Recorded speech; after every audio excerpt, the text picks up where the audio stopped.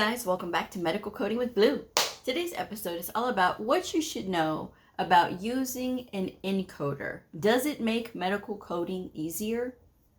If you are brand new to my channel, welcome. I am Blue, I'm a medical coder. Okay guys, this episode was inspired by this comment, so I'm going to read the comment, we're going to get into it. Here we go. So the person says, I want to thank you for your videos and have a request. Is it possible for you to upload a video on how to code an E&M case using the 3M encoder for just one case? Thanks in advance. Let's be clear, I will never do a video where I have somebody's chart up, even though it's blurred or you can't see, doing any of that. I will never do that with any of you because of the simple fact that it's just too easy for techie people to undo all of that stuff, and then all of a sudden you have a HIPAA violation. So I will never do that. I've said that plenty of times before. The other thing is this, even though an encoder, which is an electronic code book, can give you the code with just, the typing in of a few words, here's the thing that you should know about that. If you don't know what you're doing with coding, meaning that when you're entering in the start of your code, right? Maybe it's a fracture. Then it's going to bring up all the different types of fractures that there are. If you can't identify what kind of fracture it is, because not every fracture is a traumatic fracture, okay? If you can't identify what that fracture is, you're already going down the wrong path, okay? You have to know how to answer these things, because as you go and you continue to answer these prompts, right, it's going to bring you ultimately to a code, however you answer these questions, it will bring you to a final code. So, it makes it efficient, yes. But again, if you don't know what you're doing and you can't really use the book, it's going to be difficult for you when you're trying to use the encoder to help you to find the code. Now, an encoder is of course, the electronic code book, and it is meant to make the work process a little bit more faster. And a lot of times in the electronic health record, there will already be codes selected because that's just the way that the provider is able to close their encounter. 95% of these codes selected, there's something wrong with them. Sometimes it's computer-assisted coding. Computer-assisted coding will, the provider's not looking up the code, they're just prompted by what they have documented, and this is what the computer-assisted coding is seeing, and so they're just selecting based on that. They don't know the rules like we know the rules to understand, and the computer-assisted coding is just that. It is a programmed program that is meant to help providers to speed up the process. It's up to the coders. If there's no coder, it's up to the biller to make sure that those codes are selected accurately, so that way when they're submitted for the claim can be submitted cleanly.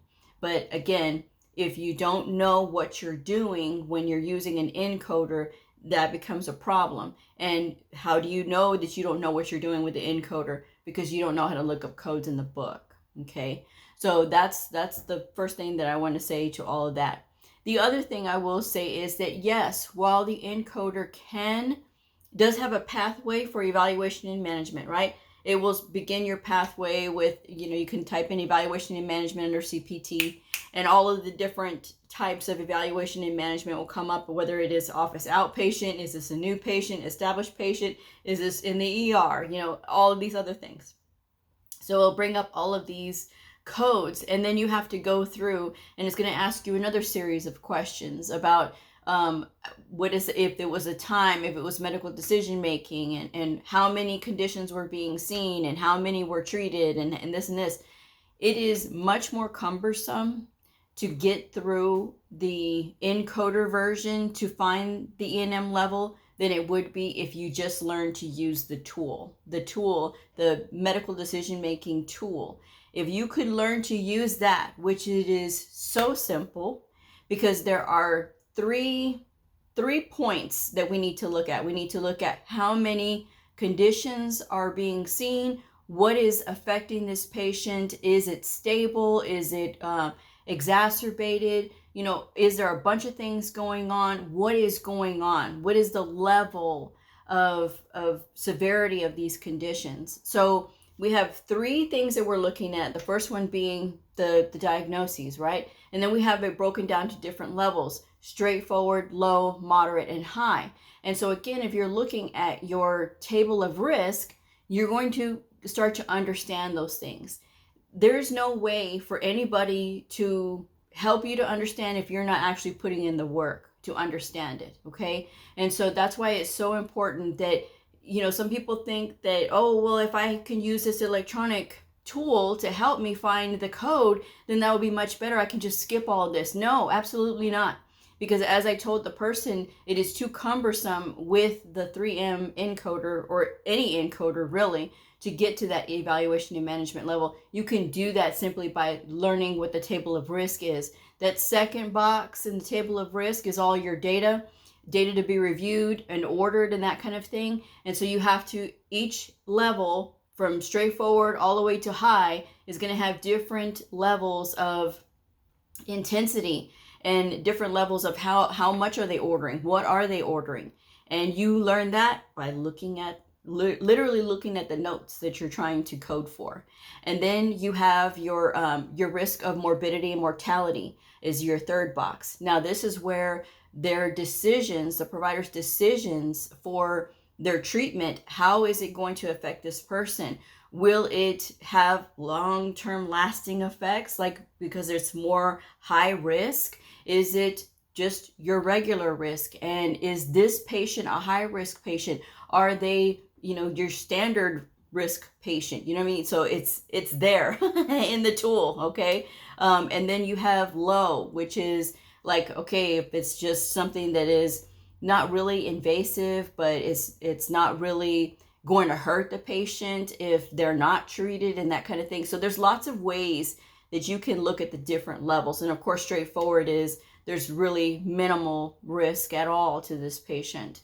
But like in the low, you're thinking of like physical therapy, occupational therapy, if they got a sprain, wrapping it in a brace and that kind of thing, or a splint, or anything over the counter, if they're having to take something like over the counter because maybe they have a cold, you know what I mean? Like that kind of thing. If they have something that is going to resolve on its own. So that's when you start learning about those things. And again, trying to get into the encoder thinking that that will help make it easier is wrong, because the encoder can be wrong too.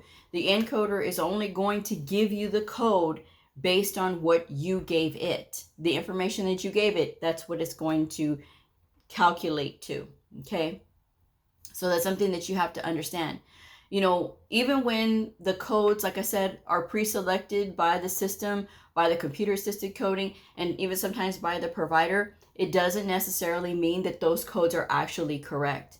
And some providers do get offended if you change their codes because they think that they know, or they've been around somebody who has, really messed with their ego and said, oh yes, it's right, you're brilliant and everything, because they didn't want them to get mad at them.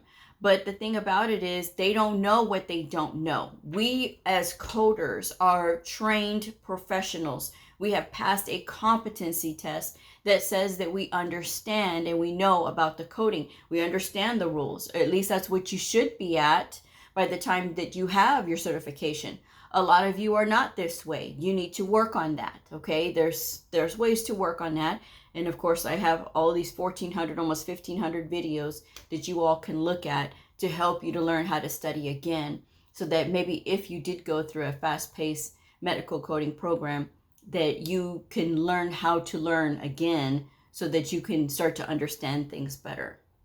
But again, the encoder is not going to help you if you don't know the answers to these questions, if you don't know how to properly utilize the electronic health record and to be able to say, okay, well, this started me on the right path. Let me try to get to a more specific code, because maybe the electronic health record with the computer assisted coding, maybe it selected a code, but it didn't select the laterality. And you look at the code and the code is for an unspecified side, right? And then you look and you see which side it's on. Maybe you go back and you look at the x-rays if it's a orthopedic problem, right? And you see that there's a specific side noted in that x-ray, and then you can, correct the code that was selected, so that way it's there and it's supported. Okay, so there is a coding clinic about that that you can use the X-ray for an orthopedic condition if it's more if the X-ray identifies the condition more specifically. So left or right would be good to know, right? So that's the thing that you have to understand about getting those codes and correcting those codes. And if you are having to change or update a code, that's because it's ethically what we are supposed to do. We are supposed to select the codes based on what is documented. Because if it's not documented, it didn't happen. And sometimes providers will look at their documentation and say, oh yes, it's quite clear that it's there, but the language of their documentation is advanced for a coder to understand. That's when you need to work on your understanding of the language of the documentation. Because there's going to be some things that you're going to say, well, it doesn't specifically say that. A lot of times the documentation doesn't have to specifically say the words, but in order to get a code from ICD-10-CM, or even for CPT, or even for ICD-10-PCS, if the doctor is documenting something and there is not that in any of those manuals, but you know of the equivalent, the exact equivalent of that, whatever was documented, then you can use that, even though it doesn't specifically say it. But it does need to be able to translate into that, because the doctors do not have to use the words that are specifically in those manuals in order to pick up the codes. And there's a lot of new coders that don't know that or understand that. But again, everything has to be documented and it has to be clear. All right. So again, even though they don't have the specific name, they don't have the specific wording, as long as it is documented and it equates to what you selected, that is the whole point. So with that said, the encoder does make the coding more faster, because obviously you're not having to look through the book on, for every specific code, because I came from a time when my very first job was at the Cancer Therapy Research Center. And we did not have an encoder. We were not using the electronic health record. We used books. We had our books and we had the records. And so we were coding from paper. Okay. They had printed out the records for us. They had the records pulled and everything, not printed out. They had pulled the records for us to code. So we had to just sit there and literally look through everything in order to code out what we needed to code out. And we were having to sit here and flip through books. Well, you get pretty fast when this is what you do all day. However, now that technology has advanced, in my second job, it was all about using an encoder and using the electronic health record, because I worked at a hospital for my second job. And so with that said, I did notice that I was able to go a little bit faster because I had the encoder now. Would I get stuck sometimes with the encoder? Yes, because there were some questions that I didn't understand how to answer that question. Now, I don't really have an example of that because it's been so long, but I do remember that there being times that I was just like, I don't know how to answer this particular question in the pathway to get to the code. So I just sort of asked my supervisor, my Jessica at the time. She's my friend now, so I call her my Jessica. But I would ask her, and then she'd say, oh yeah, it's this, and this. And, she would explain it. And so I was like, oh, okay, so that makes more sense now. And so that's just something that you will be going through when you very first start, if you've never been exposed to the encoder. And even if you have gone through one of those practice encoders, like with your school or whatever, it doesn't necessarily mean that's the same thing that you're going to run into in the real world. Not to scare you, just only so that you are prepared for when you get out in the real world. Everybody uses a different kind, okay? And it's always good to have your coding manuals with you, because sometimes if you get a code and the code looks weird, and sometimes you backtrack through however you decided in the decision tree, and you see where your mistake was at, and maybe you're not seeing where you found a mistake. Okay, so then having your books there with you on hand is very helpful. Some employers will supply you coding manuals. Most will, because these encoders, they do go down from time to time because they have to be updated. And so sometimes it's just like technology. It has to have a break time too. Books never have a break time, which is why I love books. And so some people say, well, no one was using their books, so my facility stopped ordering them, which I think is a shame. That is not in line with keeping the coders up with the tools that they need. I still think that all coders should continue to practice with their coding manuals, because say, for instance, you have a CCSP or you have a CPC, and maybe one day you want to take the CCS, right? Well, doing that, you're going to need to know how to use your coding manuals, because you can't use an encoder on your exam, okay? So having your speed and maintaining your speed is very important. Back in 2021, when I took my CCSP exam, I took it in the end of March. I took the CCSP. Now, I can get through the coding manuals pretty quickly because I work with them all day, as far as like not at work only, but when I'm at home and I'm tutoring or whatever, I'm working with the book. And I'm not using an encoder, okay? I'm working with the book. And so that helped me to keep up my speed, but I had lost a lot of my speed from when I very first started, which sort of made me panic, because I knew I wanted to go for the CCS next, which I took in November of 2021.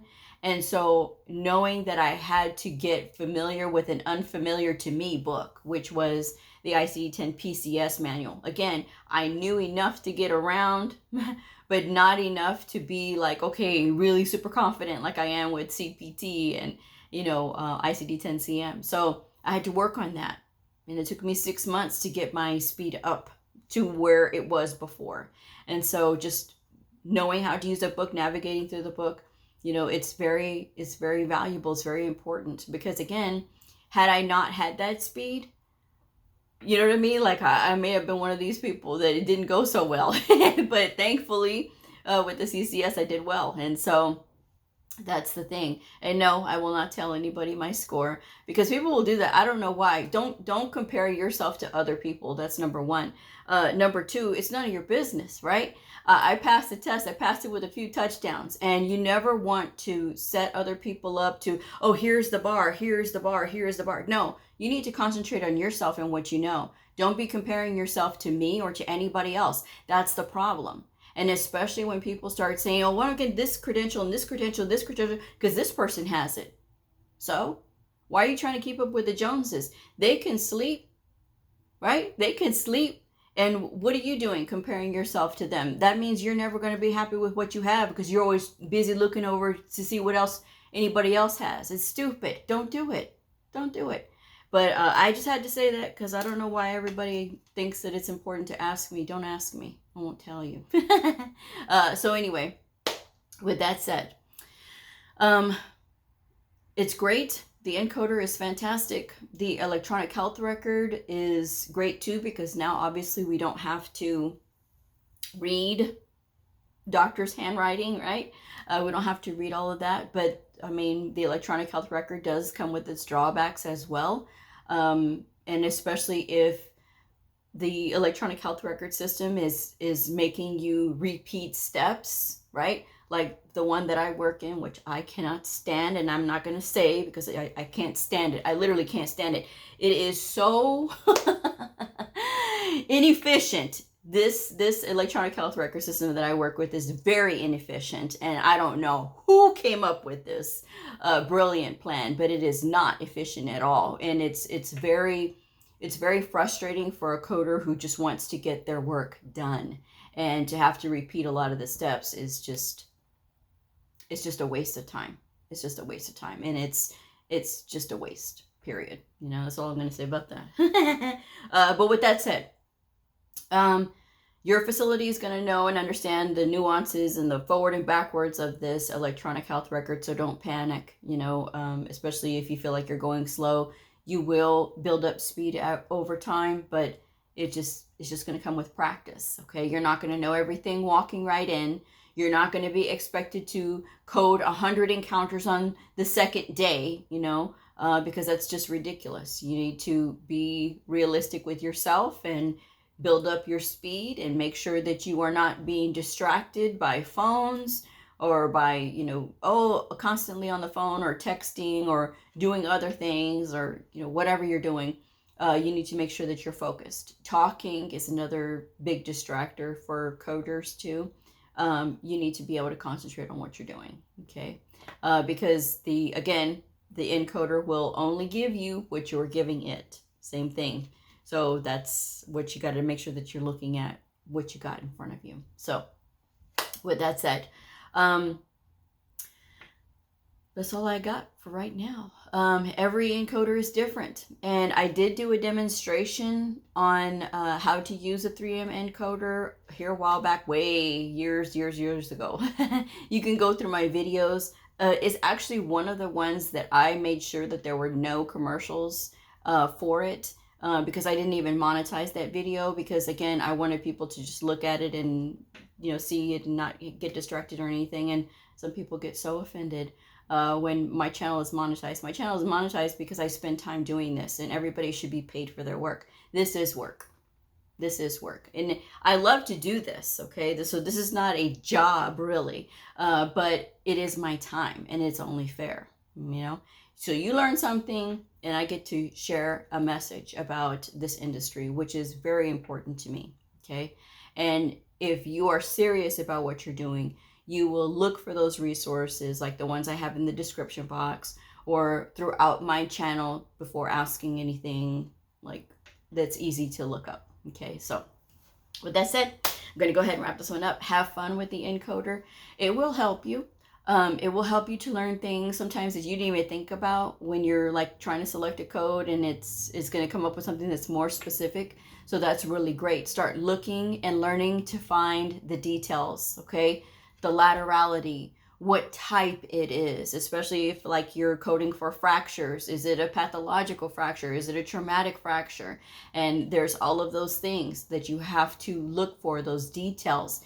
Is this fracture intra-articular? Is it extra-articular? Is it a shaft fracture? Is it, a distal fracture? Is it a proximal fracture? So there's lots of extra detail that will be there.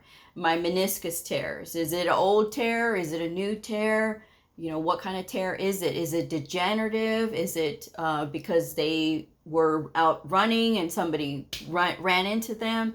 What is it? So you have to look at the documentation as a whole, and do not get onto those like where you're writing down like your most common codes, because even when you do that, that's tomfoolery as well. Because if you are writing down common codes that you always use all the time, what happens when there's an update to those codes?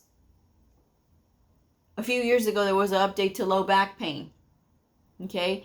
And some people were still caught up on that hamster wheel because they were so ingrained with the old code and not knowing that there's a new code with an expanded version of low back pain. There was other things that they could select from.